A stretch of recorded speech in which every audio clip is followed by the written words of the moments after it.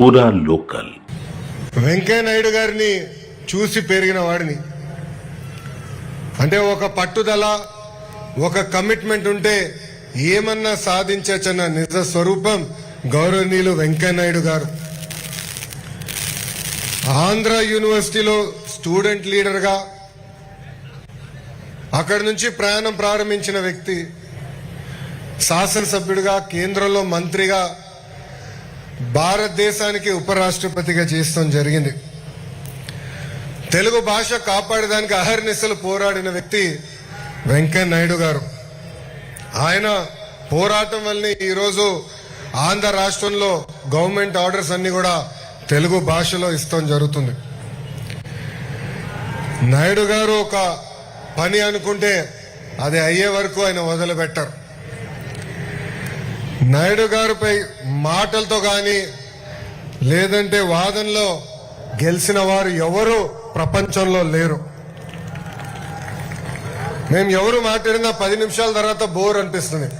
కానీ వెంకయ్య నాయుడు గారు మటుకు గంట సేపు పాటు ఉపన్యాసం ఇచ్చినా చాలా సరదాగా ఆడియన్స్ అందరినీ మాటలతో కానీ లేదంటే వాదనలో గెలిచిన వారు ఎవరు ప్రపంచంలో లేరు.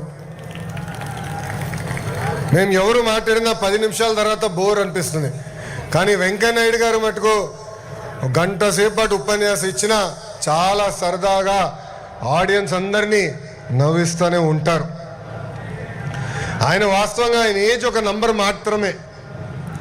ఆయన స్పీడ్ చూసి ఈరోజు కూడా నేను అసూయపడుతున్నా. ఎప్పుడు ఆయన చూసినా పని పని పని తప్ప వేరే ఆలోచనలో వెంకయ్య నాయుడు గారికి ఉండదు. నేను చాలా సందర్భాల్లో చెప్పా, గౌరవ ముఖ్యమంత్రి గారితో స్పీడ్లో పోటీ పడాలనుకుంటున్నా, ఇప్పటికీ నా వల్ల అవట్లేదని. అదే పరిస్థితి ఇప్పుడు గౌరవ వెంకయ్య నాయుడు గారితో కూడా ఉంది. స్వర్ణ భారతి ట్రస్ట్ ద్వారా వైద్యం, విద్య, స్కిల్ డెవలప్మెంట్ పెద్ద ఎత్తున ఆయన ప్రోత్సహిస్తున్నారు.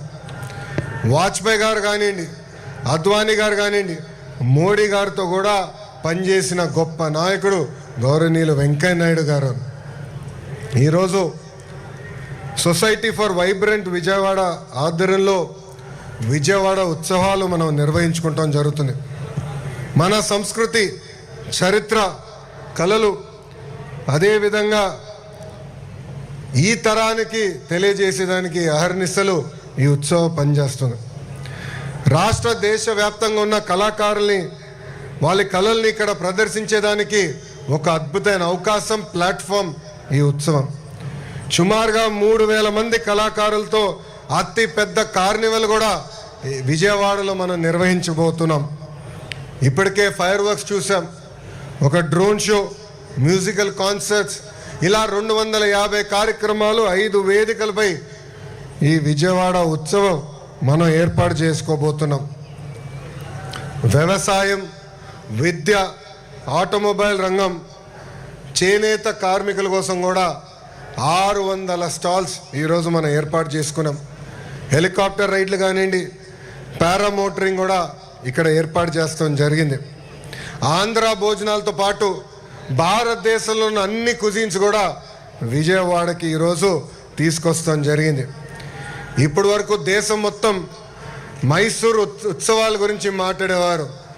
ఇప్పుడు ఆ చరిత్ర విజయవాడ ప్రజలు విజయవాడ ఉత్సవాల ద్వారా తీర్చిదిద్దాలని కోరుతున్నాం.